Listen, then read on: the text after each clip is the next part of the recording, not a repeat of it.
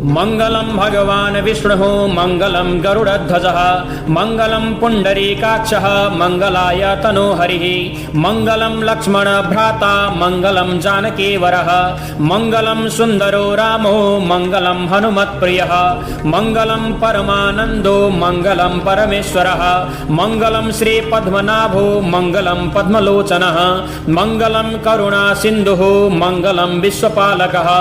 मङ्गलं सच्चिदानन्दो मङ्गलं जगदीश्वरः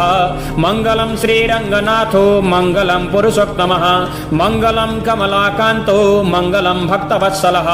मङ्गलं कमलानन्दो मङ्गलं कमलालयः मङ्गलं भगवान् कृष्णो मङ्गलं विश्वजीवनः मङ्गलं माधवो धीरो मङ्गलं धरणीधरः मङ्गलं देवकी पुत्रो मङ्गलं पुष्टिवर्धनः मङ्गलं रघुनामानो मङ्गलं बन्धुबान्धवः मङ्गलं रुक्मिणीनाथो मङ्गलं शोभति प्रियः मङ्गलं गोकुलाधीशो मङ्गलं देवकीसुता मङ्गलं लोकसारङ्गी मङ्गलं धर्मवर्धनः मङ्गलं सर्वशास्त्रज्ञो मङ्गलं साधुवल्लभः इदं स्तोत्रं महादिव्यं महामङ्गलकारकं व्यासेन कथितं पूर्वं महापातकनाशनं यः पठेत् प्रातः उत्थाय सायंकालं नरोत्तमः कथनं परमैश्वर्यं लभते नात्र संशयः